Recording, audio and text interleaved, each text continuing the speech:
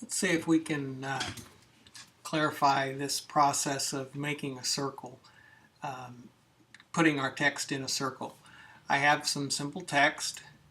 I'm going to select it using this direct selection tool. That's the hollow arrow. I usually select that by hitting A on my keyboard. Now I have my appearance panel open, and I want to go to the flyout menu to create a new fill.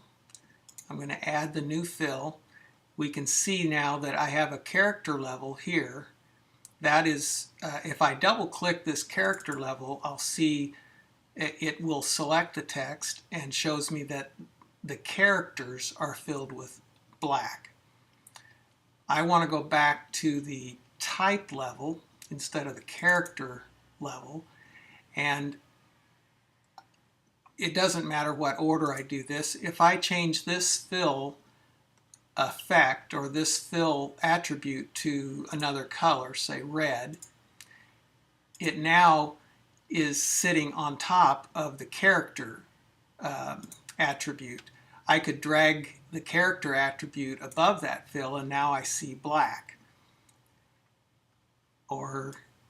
But in this case, I want that red to be under the characters, so I'll drag it below characters, and now with it selected in the appearance panel, I'm going to go to my effects pull-down menu, which you won't see, but you can go to the pull-down menu and choose convert to shape, and I'm going to choose ellipse, and I get the dialog box like this. Now I have two choices. I can either make this ellipse an absolute dimension, or I can make it relative based on the size of the text. And it will depend how you'll use this, which one is appropriate.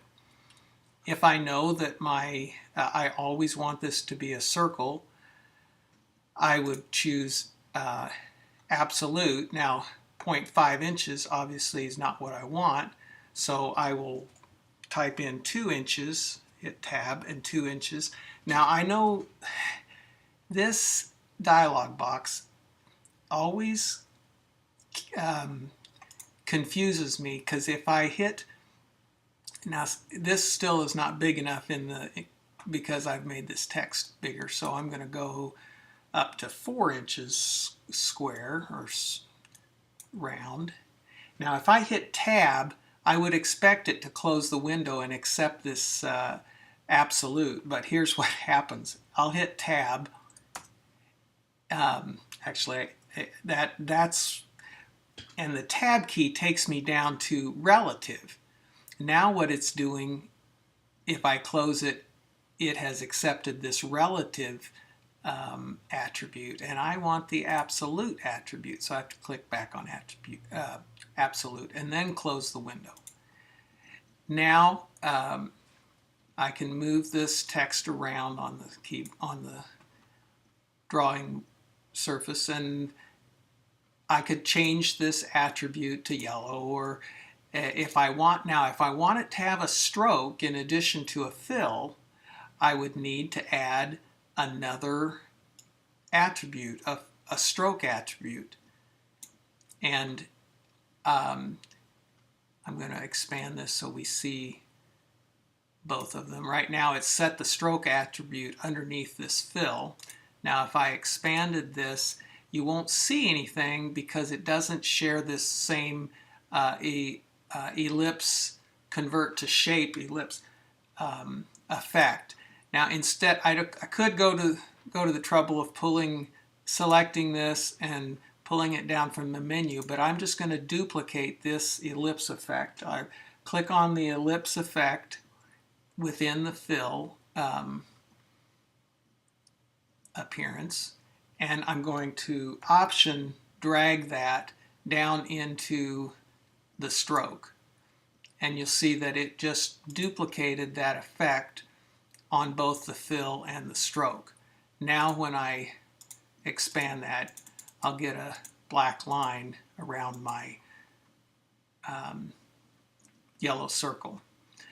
I could make this a gradient. I can make it whatever I want fill-wise.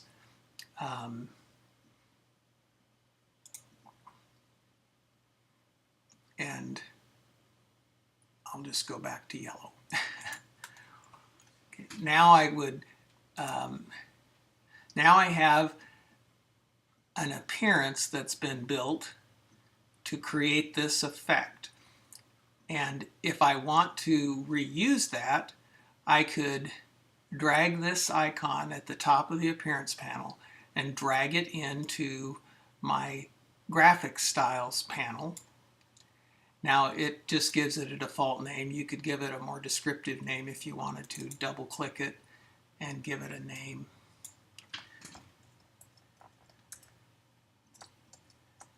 Yellow circle.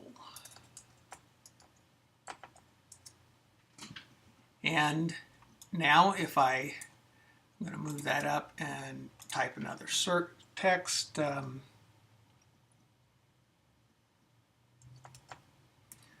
Okay, now this text is much smaller, so if I assign this yellow circle, it's going to have a great big yellow. Now here's a catch. I just clicked yellow circle. I didn't.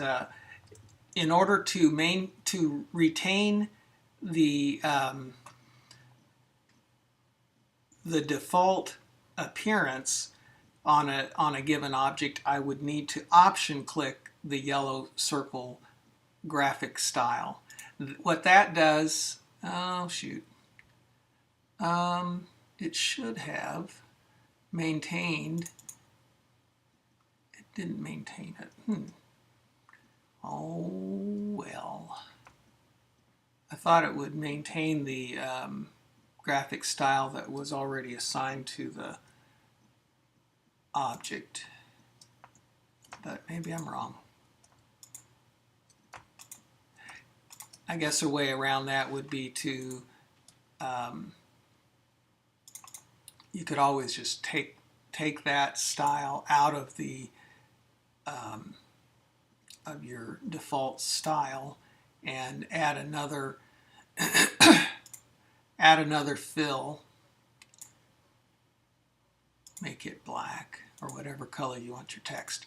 Now there is no appearance fill or stroke assigned to at the text or the character level. It's all of the artwork is, or the appearances are at the type level.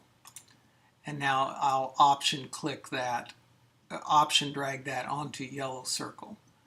And now when I assign it to a new text object, I will get the circle and the text.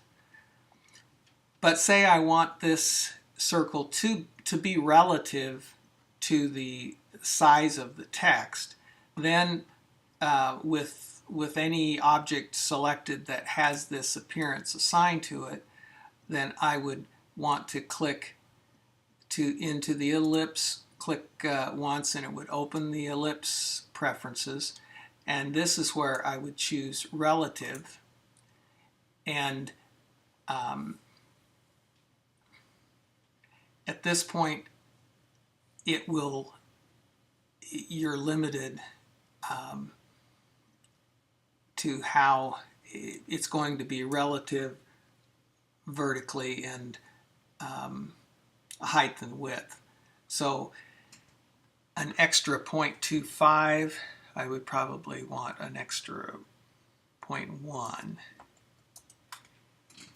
and make sure that the relative is selected. Click OK, and now I want to update. I want to replace the same effect on the stroke, and now I want to update my my appearance, my graphic style. So I'll drag this and option drop it onto the existing style, and now it updates where any place that it was used in the artwork. I hope that helps you understand how to control, how to build appearances, and how to reuse them by saving them as a graphic style.